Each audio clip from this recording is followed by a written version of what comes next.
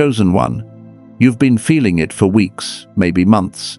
That restless pull, that strange discomfort in rooms you used to tolerate, conversations that suddenly feel too small. Places that once felt familiar now feel heavy, like your spirit is wearing the wrong size, and you've been asking yourself, what is wrong with me? Why can't I just settle? Hear me with your spirit, not your logic. Nothing is wrong with you. What you're feeling is alignment trying to happen. God is not punishing you, He's positioning you. Because the land you're standing on may look normal to everyone else, but your soul has been suffocating in it, and the Lord has been whispering the same instruction in 1,000 quiet ways. Pack your bags. You are not being uprooted for loss. You are being relocated for purpose. The word already warned you this would happen. Psalm 37:23 says, "The steps of a good man are ordered by the Lord." And if your steps are being ordered, that means your current ground is not your final ground. If you've been seeing signs, feeling nudges, having dreams where you're traveling, searching, or standing at a doorway you can't fully explain, it's because heaven has been preparing you before your mind catches up. Now listen. Before I tell you what to do, I'm asking you to make a small act of faith, not for me, for your own agreement with what God is already stirring. If you are ready to receive this shift, type 777 in the comments right now. Not as a trend, not as a ritual, but as your signature in the Spirit, your way of saying, "Lord, I'm not resisting the new land. I'm ready to move when you say move," with quote. And here is the sacred part most people miss. God has released divine keys, more than one, to guide you into the place that matches your spirit, the environment where your calling can breathe and your peace can finally stay. But there is one strategy I must name first, and I will not explain it yet. It is called the Spirit Match Compass. Stay with me until the final second, chosen one, because these strategies will arm you for the journey, but the final prayer at the end is what seals the move. And without that seal, what God pours can leak through fear, doubt, and delay. And that is exactly why this tension has been pressing on you, chosen one. What you called random discomfort was never random. It is either a strategic attack against your next season, or it is divine pruning that feels like pressure because it is precise. The enemy doesn't waste warfare on people who are staying small, and God doesn't disturb what He intends to leave untouched. So when your spirit starts rejecting the atmosphere around you, when the familiar becomes irritating, when your peace keeps moving out of the rooms you're in, that is not you being ungrateful. That is heaven marking an expiration date on a territory you have outgrown. Some of what you're experiencing is resistance, because you're carrying oil that doesn't belong in that soil anymore. The ground can be good, but not good for you. The relationships can be kind, but not covenant for where you're going.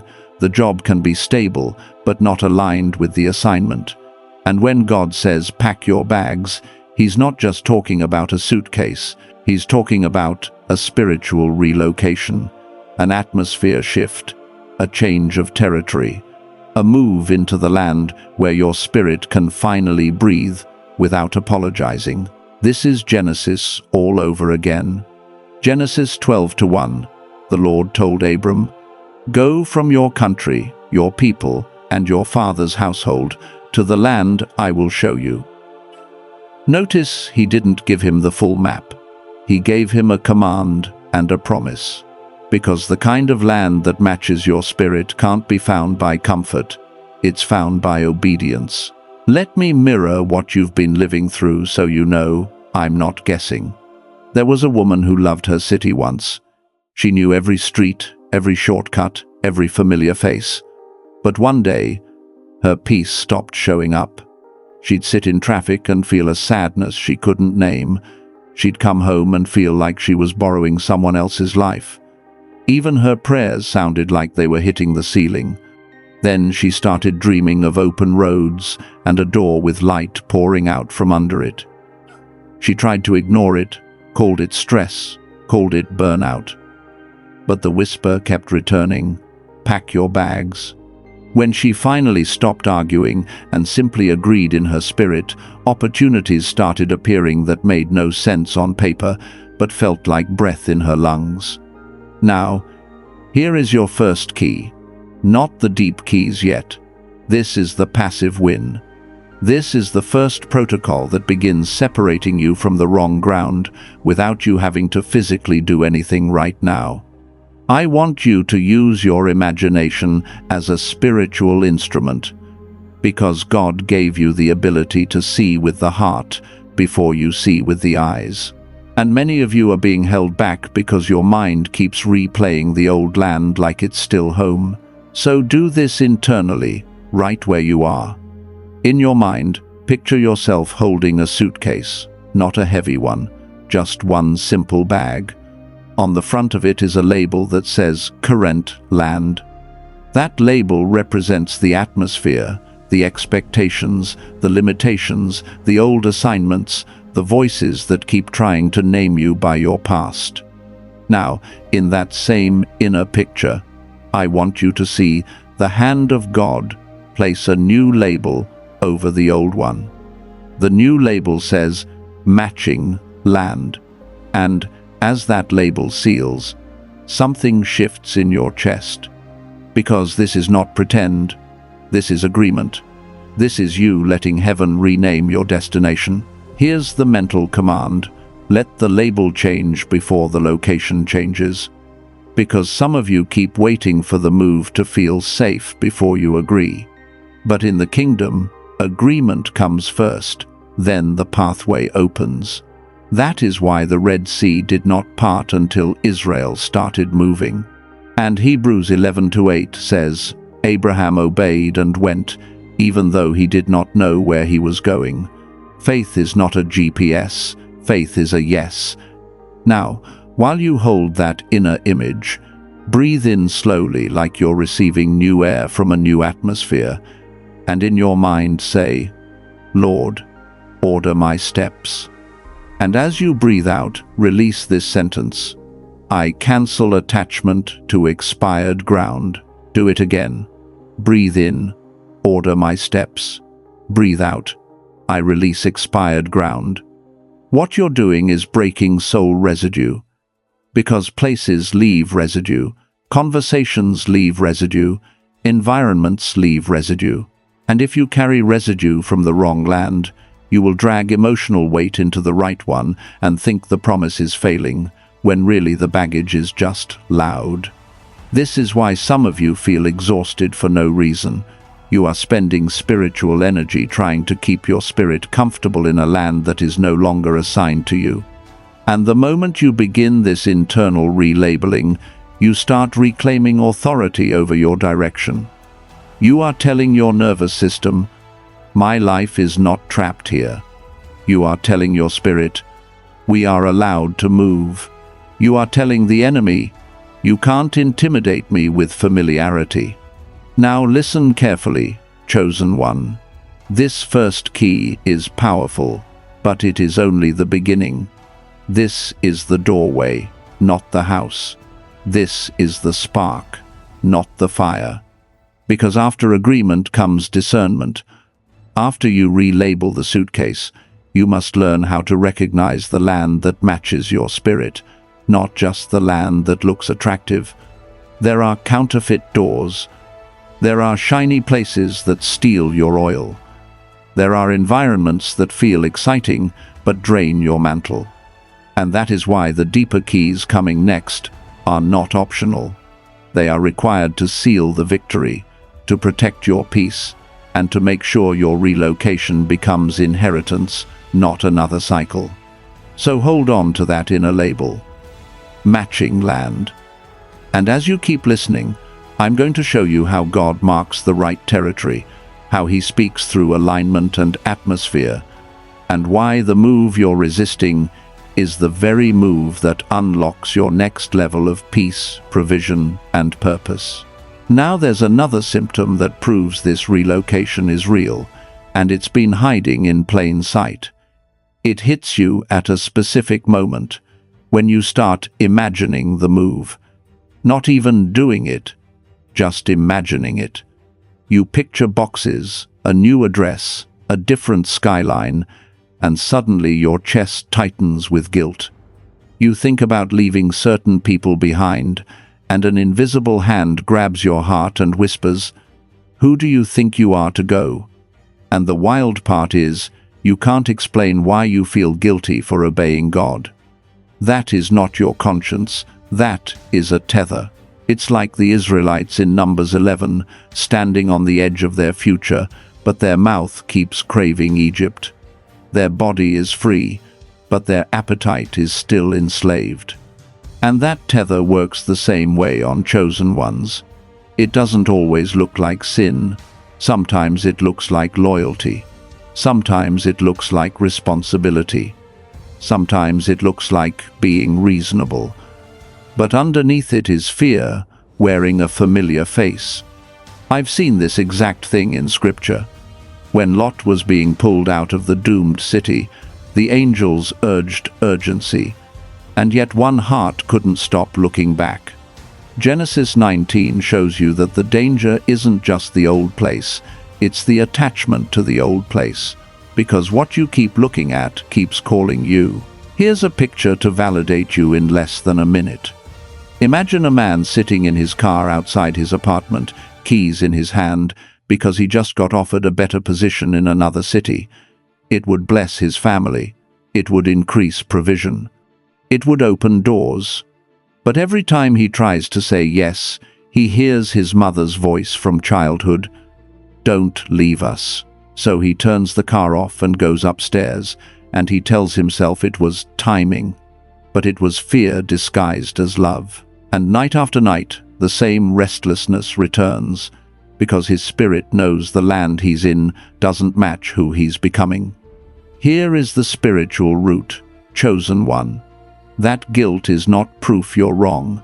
It is proof there are soul ties to an expired ground. Not romantic soul ties, territorial soul ties. Agreements you never signed with ink, but you signed with repetition. Staying too long, shrinking too often, enduring what God never assigned. And the enemy loves territorial soul ties because they delay relocation without needing to attack you loudly. He just keeps you sentimental. So here is strategy 1, and it will feel simple, but it is sharp like a sword. I call it the covenant cut of the souls. Do it in your mind right now. Picture your feet standing on the current ground, wherever you live, wherever you've been planted. Now imagine thin cords like roots wrapping around your ankles, not to bless you, but to bind you. Some cords have names on them: guilt, nostalgia, fear of disappointing people, fear of starting over, fear of provision. Now see the hand of God place a blade of light near your ankles. Not a weapon of violence, a weapon of deliverance. And in your imagination, watch that light gently slice each cord without pain, without drama, just clean separation. As each cord falls, say this internally, not loud, not for performance, but for authority. I honor what was, but I am not owned by what was.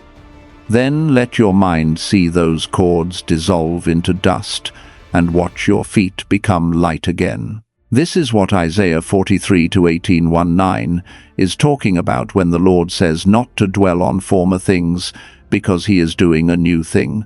You can't keep one foot in the old territory and expect overflow in the new one. You can't keep emotional rent paid in a place God already evacuated. And listen, this first protocol handles the surface tether, the emotional grip, the backward pull, but it is only the beginning. Because if we stop here, a deeper root will still try to hijack your move later, right when you're close. That's why the next strategy is not optional. And you must stay to the end, Because the final prayer is the seal that locks your freedom in place so it doesn't leak out through doubt at midnight. So tell me, chosen one, how many times have you packed your bags in your mind, then unpacked them again because guilt made you feel like obedience was betrayal? Because the second strategy doesn't just cut the cords, it breaks the inner vow that created the cords. Here's the next symptom, and it's different. You get moments of excitement, even confirmation. A door opens in a new place, a connection appears, a job lead, a housing option, an invitation, a sudden favor, and for a few seconds you feel breath in your lungs. But then, almost immediately, your mind starts negotiating you back into smallness. That's too big for me. I can't afford that. I don't belong there. I'll fail there. And you start disqualifying yourself before you ever arrive. That is not humility. That is a spirit of scarcity trying to keep you loyal to survival. Imagine a woman who finally gets a chance to move to a city where her gifts are valued. The offer is real. The timing is strange but perfect. Yet she keeps hearing an old sentence from her past. People like you don't get to live like that. So she delays. She stalls. She preys on it for months. But what she's really doing is protecting her identity as the one who stays. The opportunity doesn't vanish because God changed his mind. It vanishes because her self-image couldn't hold the blessing. This is where I step in as your prophetic proxy right now, because some of you don't have the strength to fight this mentally every day. So receive this. In the Spirit, I am breaking the covenant you made with lack. I am canceling the inner vow that says, I must stay small to stay safe. I am tearing up the invisible contract that says, if I leave this land, I will lose love. I will lose provision. I will lose myself. No, your provision is not a zip code. Your source is the Lord. And I speak Deuteronomy 8:18 over you. It is God who gives you power to get wealth. That means wherever he sends you, he funds. Wherever he guides, he provides. Wherever he relocates, he establishes. I speak Isaiah 54:2 over you as well. Enlarge the place of your tent. This is not a suggestion for the bold. It is a command for the chosen. Now here is what you do internally while I do the work outwardly in the Spirit.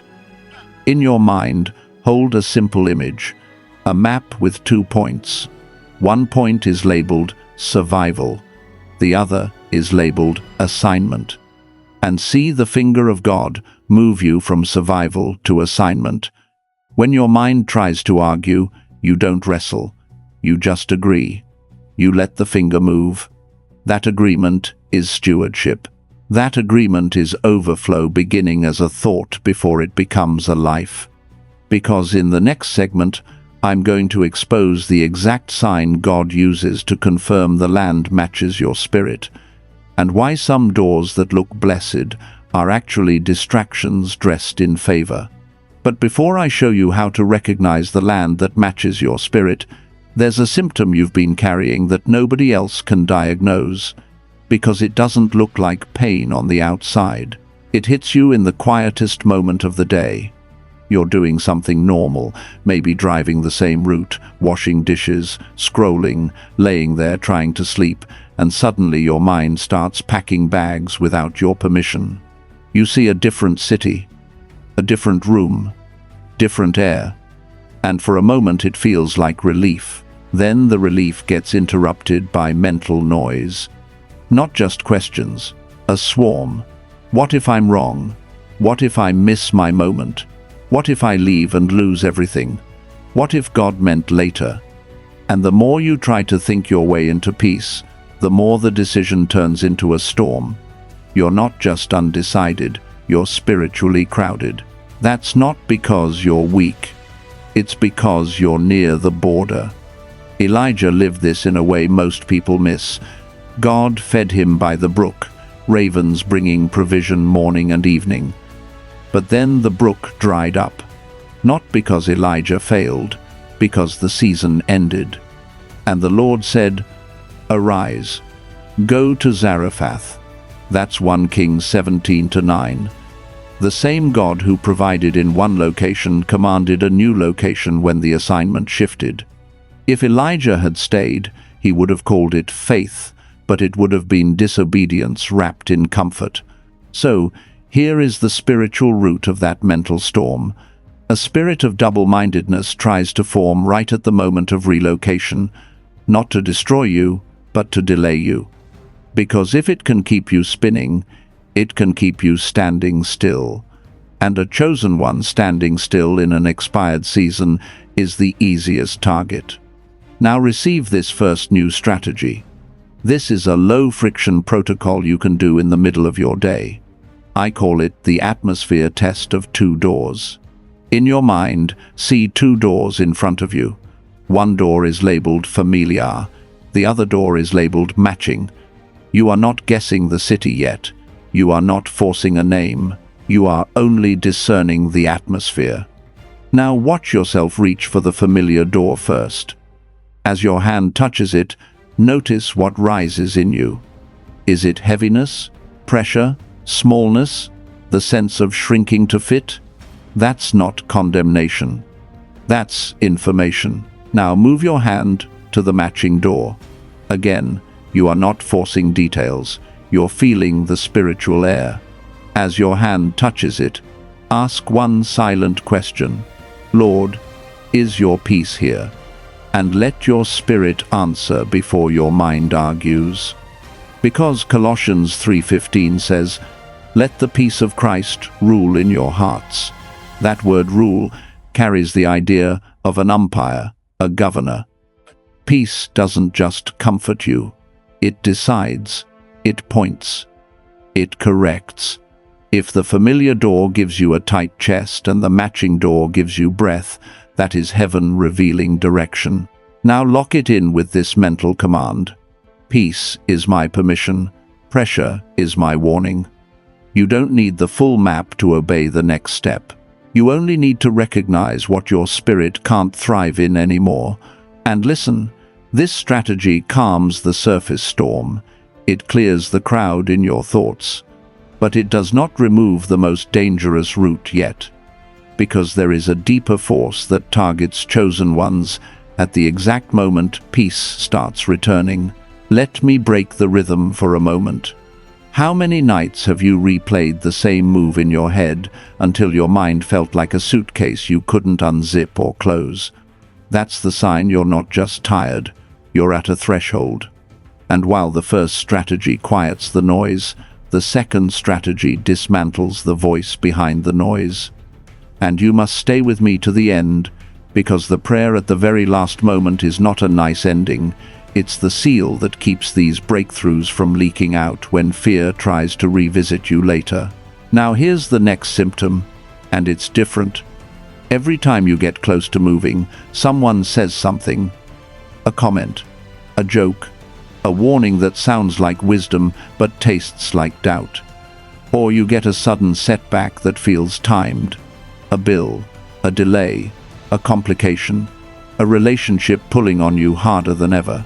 And you start wondering, is this God shutting the door, or is this the enemy panicking? Chosen one, hear me. Pharaoh always intensifies right before release. Exodus shows you a pattern. When Moses spoke freedom, Pharaoh increased the workload. Not because freedom wasn't real, but because bondage hates losing its hold. That is why the moment you start packing your bags, the old land suddenly demands more from you. More guilt, more loyalty, more explanation, more fear. That's not a sign to stay. That's a sign you're being noticed. So here is the spiritual root. There are voices assigned to keep you in the wrong territory. Some are external, some are internal. And both try to sound practical. But they are not counsel. They are contracts. They are trying to get you to agree with a smaller future. Now I'm going to perform the second protocol on your behalf. Right now, you don't have to strain. Just receive it. I call this the tongue of the territory break. In the spirit, I am breaking every word spoken over you that tried to imprison you in the wrong place. Every sentence that said you can't, you won't, you'll fail, you're not that type of person, your family doesn't do things like that. I cancel those labels. I revoke those curses. I silence every counterfeit advisor that carries fear instead of faith. And I release over you what God released over Joshua when it was time to cross into his matching land. Be strong and courageous, for the Lord your God is with you wherever you go. That's Joshua 1-9. Not wherever you stay, wherever you go. Now, to lock your agreement without any effort, I'm asking for one act of faith that draws a line in the spirit. If you are ready to receive this breakthrough, type 777 in the comments right now. Not because I need a number, because you are declaring, I will not be ruled by voices from an expired land. I agree with God's relocation.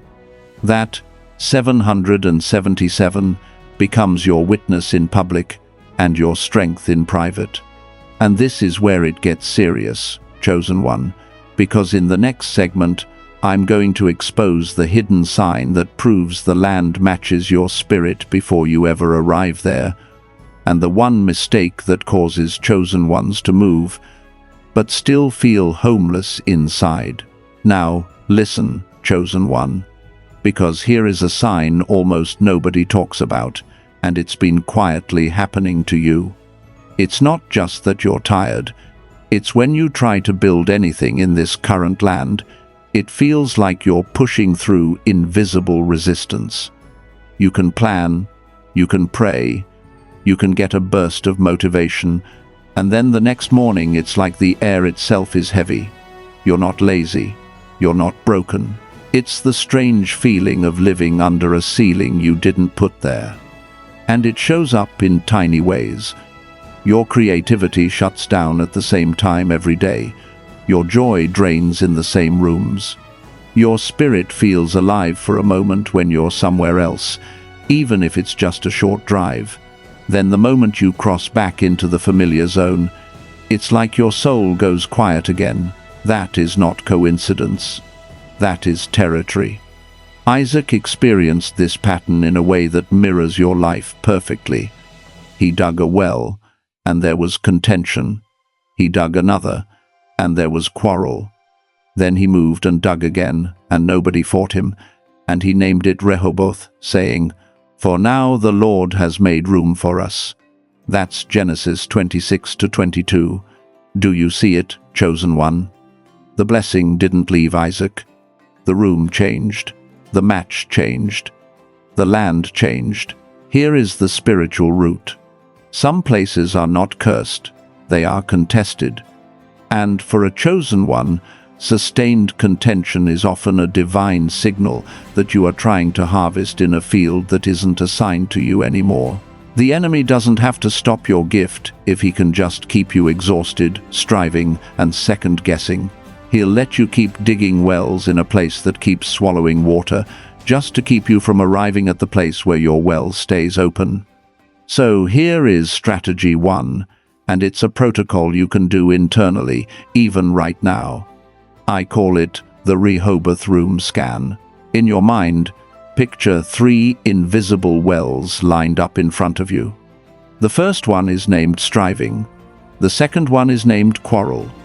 The third one is named room. Now, don't overthink it. Just notice which one your current life feels like. Striving means you work twice as hard just to stay afloat. Quarrel means something always fights you.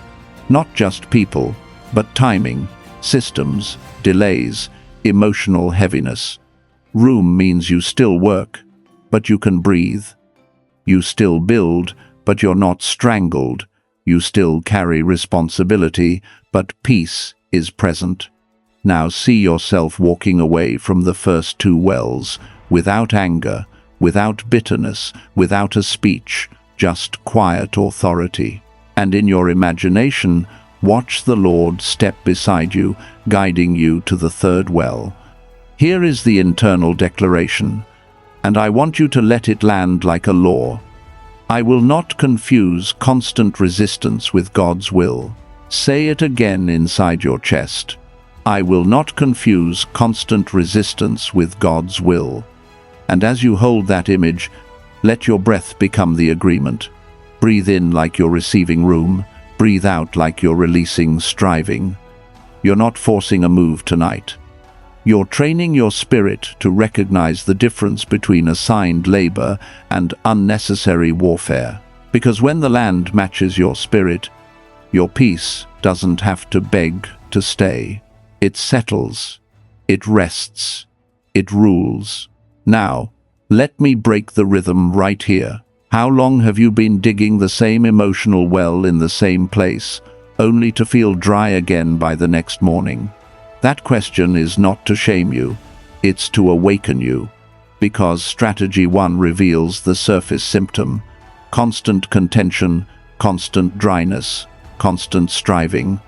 But Strategy 2 goes after the dangerous root that keeps chosen ones trapped even when God opens a door. And remember, you must stay with me to the end, because what God is giving you in these moments are keys, but the prayer at the very end is the seal that keeps the keys from slipping out of your hands when fear tries to return.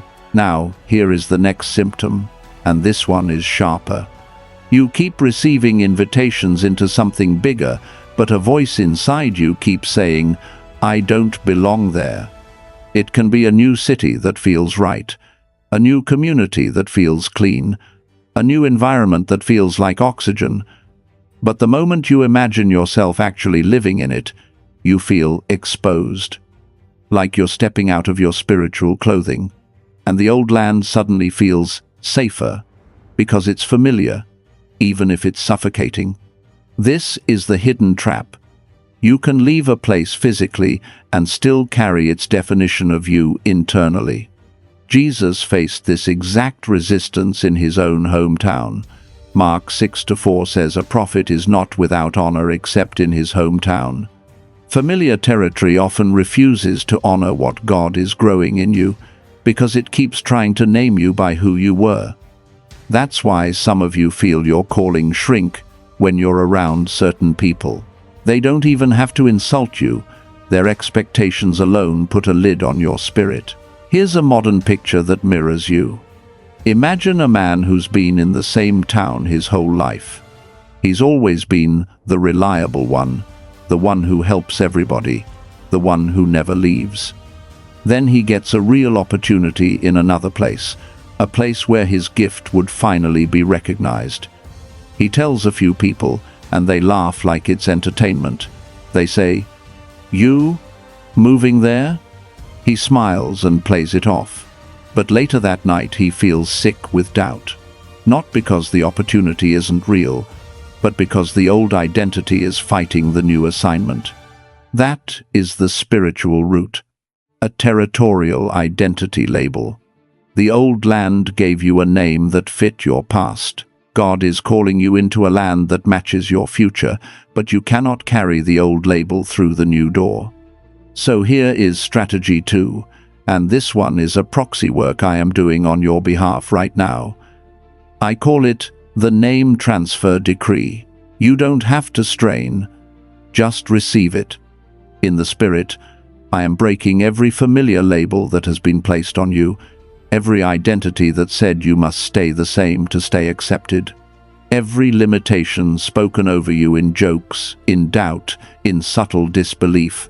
I am canceling the spiritual permission those voices have held in your mind. And I release over you what God released over Abram when he shifted his territory and shifted his name. Genesis 17:5 shows God renaming him, because new assignment requires new identity. I speak it over you now. You are not who the old place called you. You are who God has named you. Now, here is the mental micro-interaction that seals it internally. In your mind, see yourself standing at the edge of a borderline, On one side it says old name, on the other side it says God name. You don't need to know the full details of the God name yet. You just need to accept that it exists. Now see the Lord place a crown of light over your head, not for ego but for authority. And as that crown rests, hear this sentence in your spirit: I do not have to be understood to be sent. Let that become your law. I do not have to be understood to be sent. Because some of you keep waiting for permission from people who were never assigned to approve you. And that delay is costing you peace. That delay is costing you momentum. That delay is costing you time. But the land that matches your spirit will not require you to shrink to fit. It will require you to rise, to meet what God already placed inside you. And in the next segment, I'm going to show you the unmistakable sign God uses to confirm a location before you ever arrive, and why the first thing God restores in the matching land is not money, not status, not comfort, but your spiritual breath. And that right there is the first thing God restores in the matching land: breath. Not the kind you take with your lungs, but the kind your spirit takes when it no longer has to brace for impact. Here's a fresh symptom you haven't named out loud, but you've lived it. It happens when you're not even trying to be deep. You're simply browsing, driving, passing through, or hearing about a different place, and suddenly, out of nowhere, your eyes get hot. Not full crying, just that strange waterline. Your chest loosens for half a second, and you feel homesick for a place you've never lived. That's not emotion. That's a signal. Ruth felt that kind of pull without having a full plan. She stood at the edge of separation and said, "Where you go, I will go. Your people will be my people, and your God, my God." Ruth 1:16. That wasn't just loyalty to Naomi. That was a spiritual migration. God was moving her into the lineage of purpose, into the land where her destiny could be named. And notice something powerful: chosen one. Ruth didn't know she was walking toward Boaz. She just knew she couldn't stay in Moab and still breathe. The spiritual root of your sudden tears is this: God is placing a homing call inside you. Your spirit recognizes the atmosphere that will sustain your assignment, even when your mind still wants a spreadsheet. And the enemy hates that signal, because once you recognize the right atmosphere, you stop settling for familiar air. So here is strategy 1. I call it the holy homesickness calibration. Do it internally. No effort, no performance. In your mind, imagine your spirit like a compass needle. Right now, that needle has been shaking because you've been surrounded by mixed signals: fear, guilt, old labels, and survival thinking. Now picture the hand of God hovering over that compass. And as his hand draws near, the needle begins to steady. Here's the calibration. In your imagination, see 2 atmospheres as 2 types of air. The first air is thin and dry. Every breath feels like work. That represents the current land that no longer matches your spirit. The second air is clean and full. When you breathe it in, your shoulders drop without you forcing them. That represents the matching land. Now, without forcing any city name, any address, any timeline, ask this in your heart: Lord, let my peace recognize what my pride keeps ignoring. And as you breathe in, imagine you're inhaling the clean air. As you breathe out, imagine you're releasing the thin air. Do it 3 times, slowly, and let this sentence settle inside you like a law. If it restores my breath, it's aligned. If it steals my breath, it's a warning. That's not emotion-led living. That's spiritual discernment, because the peace of Christ doesn't just comfort you, it governs you. Now pause. Let the rhythm break right here. How many times have you felt that sudden wave of I could finally breathe there, and then immediately talked yourself out of it, like you were being irresponsible for wanting peace. Because strategy 1 tunes your compass. It helps you recognize the matching atmosphere, but strategy 2 is the one that protects you from the counterfeit atmosphere, the trap that feels like relief but leads to leakage. And you must stay with me, because the final prayer at the end is what seals your spirit, so you don't step into the right place with an open wound. Here is the next symptom, and it's different. You keep getting coincidences tied to relocation. A place name keeps showing up. The same state, the same neighborhood, the same country, the same kind of environment. You hear it in a conversation you weren't part of. You see it on a license plate. It pops up in an ad. Then you dismiss it because you don't want to look crazy. But the pattern continues. This is not about chasing signs. This is about recognizing when God is repeating himself because you keep doubting the first whisper. Acts 16-9 says Paul received a vision in the night of a man of Macedonia saying, "Come over and help us." That was a directional call. Heaven does not always speak in one dramatic moment. Sometimes it speaks in repetition until your obedience catches up to your fear. The spiritual route is this. Your next land is not just a preference, it's a posting. And when the assignment is urgent, God will mark the route in ways you can't ignore, not to confuse you, but to steady you. So here is strategy 2, and this one is a proxy work I'm doing on your behalf right now. I call it the pattern protection covering. Receive it. In the spirit, I am covering your discernment. I am canceling counterfeit signs that are fueled by anxiety, escapism, or impulse. And I am separating divine repetition from emotional addiction. I break the fog that makes you second-guess every whisper. I silence the mocking voice that says, "You're imagining things," and I release clarity that doesn't shout, but stands. Now, here's your internal micro-interaction while I do this work. In your mind, see every repeating place name you've been noticing as a small candle flame. Some flames are from God, steady and calm. Some flames are from fear, flickering and frantic.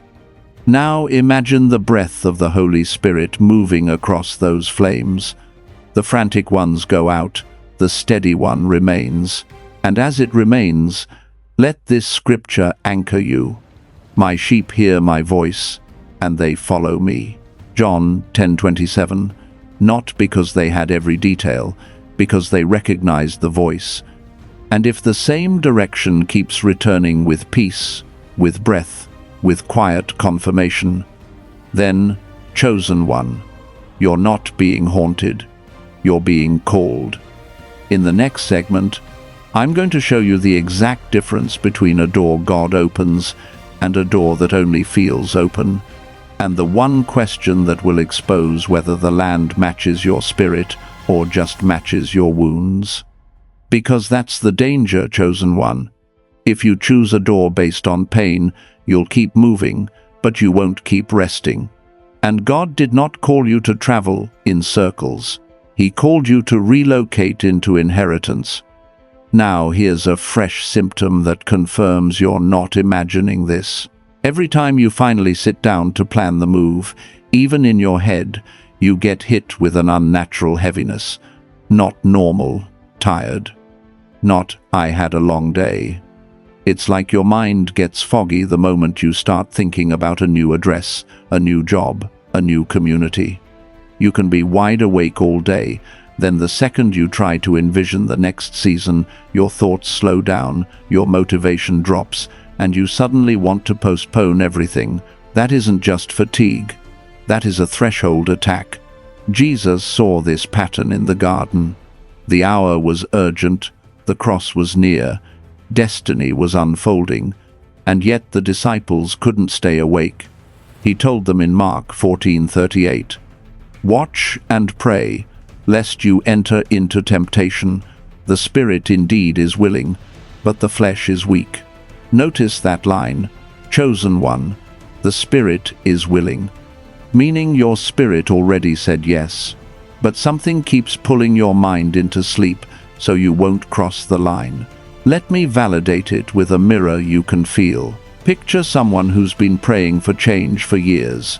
They finally get a real opening, real confirmation, real timing. They sit at their kitchen table with their phone in their hand to look at apartments or opportunities, and within 3 minutes they feel drained, like they ran a mile. They put the phone down, tell themselves they'll do it tomorrow, and the cycle repeats. Not because they don't want freedom, but because something keeps putting their transition to sleep. Here is the spiritual root. A spirit of delay tries to sedate you at the moment of decision. If it can't scare you, it will numb you. If it can't block the door, it will make you too tired to walk through it. So receive this first new strategy. I call it the threshold wake protocol. Do it internally, right where you are, without forcing anything. In your mind, see your next season as a hallway with lights overhead. Each light represents clarity, timing, provision, favor, direction. Now see a dimmer switch on the wall labeled slumber.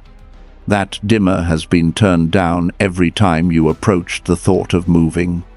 Now imagine the hand of God reaching over your shoulder and turning that dimmer all the way up. The hallway brightens, your thoughts sharpen, your spirit breathes. And here is the micro command that makes this real. In your mind, inhale the word awake, like you're breathing in light. Exhale the sentence, I do not postpone what God has appointed. Again, inhale, awake, exhale. I do not postpone what God has appointed. This is not positive thinking. This is you taking authority over atmosphere. Because Romans 13:11 says, it is high time to awake out of sleep. Not just physical sleep, spiritual sleep. Decision, sleep. Destiny, sleep. Now let the hallway stay bright in your imagination. That brightness is your spirit rejecting sedation. That brightness is you saying, I am not going to be lulled out of alignment. Now break with me for a moment. How many times have you felt a surge of clarity about leaving, only to feel strangely sleepy and foggy the second you started thinking about the details? That is not random, and it is not your character failing. Strategy 1 wakes up the moment. It lifts the fog. But strategy 2 is what protects you after the fog lifts. Because the most dangerous thing isn't just delay. It's what delay tries to produce inside you. Isolation. So you feel like you're moving alone. And remember, stay with me until the end of this whole message, because the final prayer is the seal that keeps your new clarity from evaporating when the night tries to press back in. Now here's the next symptom. And it's different. Right when you accept that you're supposed to go, you start noticing a strange loneliness. People get quiet. Conversations feel surface level. Even familiar relationships feel like they can't reach you anymore. It's like you're already emotionally leaving, even though you haven't packed a single box. And in that quiet, a thought creeps in. If I move, I'll be alone. If I go, I'll lose everyone. If I obey, I'll be unsupported. Chosen one. That thought is not prophecy. That is intimidation. Let me validate it with a modern mirror. Imagine someone who finally gets accepted into a new opportunity in another city. The moment they receive the news, they look at their phone and realize nobody they love is celebrating the way they imagined. Friends change the subject. Family gets tense. The room feels colder. And that person starts doubting the move, not because God stopped speaking, but because the silence feels like abandonment. Here is the spiritual root. The enemy tries to weaponize loneliness, so you interpret pruning as rejection. But God often quiets the familiar voices so you can finally hear his voice clearly. He separates before he establishes. He reduces the noise before he rebuilds the choir. This is why Deuteronomy 31:8 matters right now. The Lord himself goes before you and will be with you. He will never leave you nor forsake you. If he goes before you, that means your support is already waiting in the matching land. You are not moving into emptiness. You are moving into alignment. So here is strategy 2, and I'm doing the work on your behalf. I call it the companion covenant release. Receive it. In the Spirit, I break the lie that says obedience equals abandonment. I cancel the fear that says you'll be unsupported in the new land. I cut off every whisper that tells you to stay in suffocation just to stay familiar. And I release divine companionship over you, the kind God assigned to Joshua when the wilderness ended and the promise began. Now, while I'm releasing that covering, do this simple internal receiving. In your imagination, see your future land as a table set for you. Not a random table, a prepared table. Psalm 23:5 says, "You prepare a table before me in the presence of my enemies." That means provision can show up while opposition still exists. Peace can be present while fear still talks. See 3 empty seats at that table.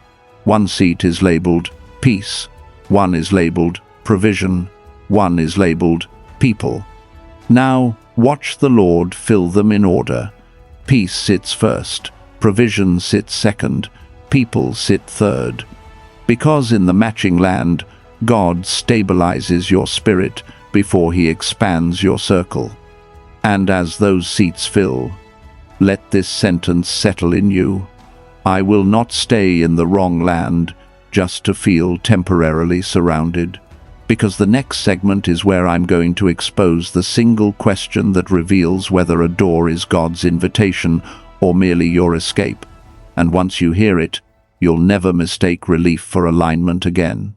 Because the next segment is where I'm going to expose the single question that reveals whether a door is God's invitation or merely your escape. And once you hear it, you'll never mistake relief for alignment again. But hear me like a general speaking before the march begins. If you treat what you've received like a moment instead of a mantle, you will leak what heaven poured into you. And that is the trap. Not the devil stealing it with force, but you setting it down with neglect. Because the enemy is not trembling because you listened to truth for a few minutes. He is trembling only if you live it when no one is watching, when your emotions are low, when your schedule is loud, when the old land tries to pull you back with familiar gravity. Let me give you a picture. A moving truck can be packed with everything precious, sealed, organized, ready for the new territory. But if the latch is left loose, even slightly, the first hard turn on the road will scatter what was meant to arrive whole, not because the road is evil, because the seal was careless. And that is what happens to chosen ones who receive revelation, feel fire, then relax their guard when it's time to actually cross into the land that matches their spirit. The enemy doesn't mind you being inspired for a moment. He'll even let you feel emotional. He'll let you screenshot a promise. But he fears the person who keeps walking when the feeling disappears.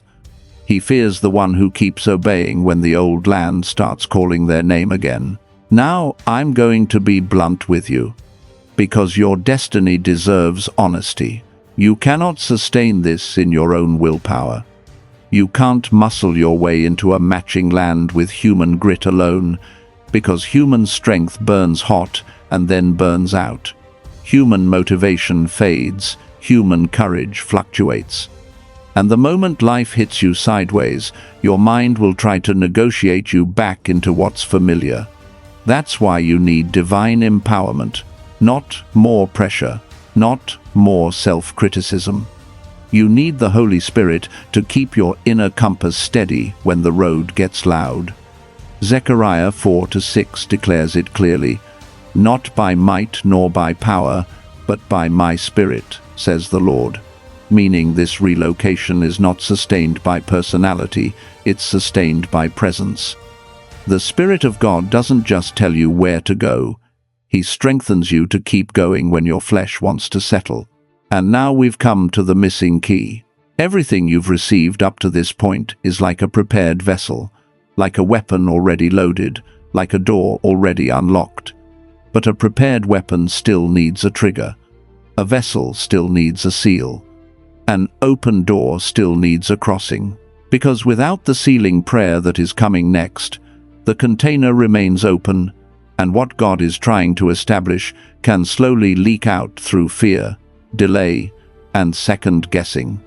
You don't need more information, you need activation. You need heaven to mark this moment so the old land can't reclaim you in the dark. So listen carefully. We are about to step into the Holy of Holies. This is where we seal it. Prepare your heart now. Right where you are, shift from bracing to receiving. Let the muscles behind your eyes unclasp. Let the road or the bed hold you for a moment. Nothing to chase, nothing to fix. Let your breath drop lower. Let the weight you've been carrying slide off your inner shoulders. In your imagination, turn your palms upward, like you're holding nothing and expecting everything. You don't have to prove anything in this moment. You don't have to perform. You only have to receive. Because you're tired, chosen one. And I'm not going to ask you to fight this battle with empty strength. I am taking up the shield for you. I am standing in the gap for you. I am lifting the load off your spirit and placing it on the altar of the one who never loses.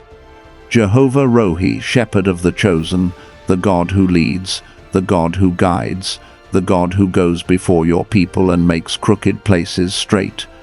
I come to you now on behalf of this chosen one. Father, you called Abraham to leave what was familiar and walk toward what you would reveal. You ordered his steps before he understood the route. So tonight, I enforce what you already decreed. I speak over their life. The land that matches their spirit is opening. The path that matches their assignment is clearing. The atmosphere that matches their oil is calling them home. In the authority of Jesus Christ, I confront every territorial tether that has tried to keep them emotionally chained to an expired ground. I break the guilt that whispers, "If you leave, you're wrong." I break the nostalgia that pulls like a hook behind the ribs. I break the fear that says provision lives in a zip code. I break the voice that says they must stay small to stay safe. I speak to the spirit of delay that tries to sedate them when they start planning the move. Your time is over. You will not numb their mind. You will not fog their discernment. You will not lull their destiny to sleep. I call them awake. I call them steady. I call them clear.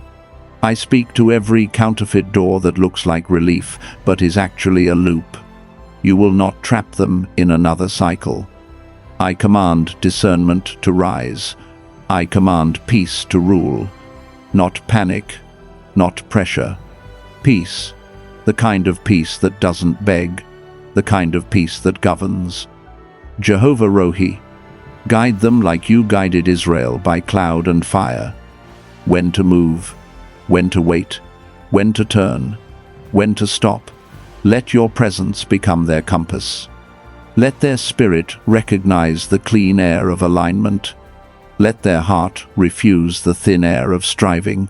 And Jehovah Jireh, provider on the journey, I speak provision for relocation.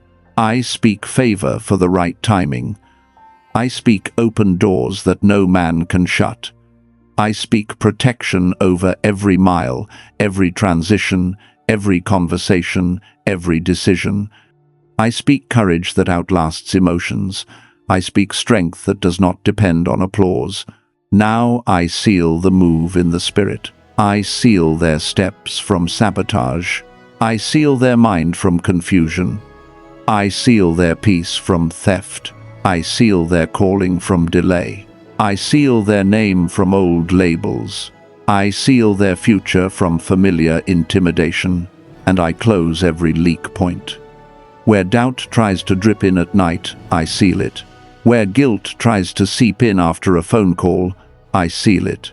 Where fear tries to flood in when they look at numbers, I seal it. Where loneliness tries to whisper, "You're doing this alone," I seal it. I speak to backlash that flares up when chosen ones obey. You will not punish them for moving. You will not break their courage with sudden drama. You will not weaponize family tension, unexpected obstacles, or last-minute chaos to pull them back. I declare a quiet road. I declare a protected transition. I declare that what looks complicated will become ordered because the shepherd orders steps. And I declare Rehoboth over them, room, space, breath, a place where they don't have to fight for permission to be who God made them. I declare the right people are already being positioned, the right connections, the right community, the right covering, the right opportunities that honor the oil, not envy it. Now hear this, chosen one, and let it settle deep. You are not leaving because you're restless. You are leaving because heaven is relocating you. You are not abandoning purpose. You are returning to it. You are not running away. You are being sent. So I declare Joshua courage over your spine. I declare Ruth loyalty to God's future, not to yesterday's fear. I declare that when you step, the way will appear. When you move, the water will part. When you obey, the room will open, and I declare, the old land cannot reclaim you. The old atmosphere cannot shrink you. The old voices cannot rename you. The old patterns cannot reroute you. Your season has shifted. Your ground has changed. Your assignment has moved forward. Chosen one, receive this quietly. You are not drifting. You are being led. You are not losing people. You are being aligned. You are not late. You are being positioned. And what God positions, no enemy can uproot. If your heart is trembling, let it tremble under God, not under fear. Let the shepherd steady you. Let his presence go before you. Let his peace sit down inside you like it owns the place. Now, if you feel led to use super thanks, don't see it as money. See it as a sealing stone you place on this altar, a seed of agreement that says, I honor the guidance that pulled me out of the wrong land. Not pressure, not obligation, only if your spirit is nudged, let it be worship, not worry. The shepherd is already there, waiting with room for you. And I leave you with this, warm and certain. The bags are not packed in panic, they're packed in promise. Your matching land is not a fantasy, it's a calling. And you will arrive with your peace intact, your purpose awake, and your spirit finally breathing again.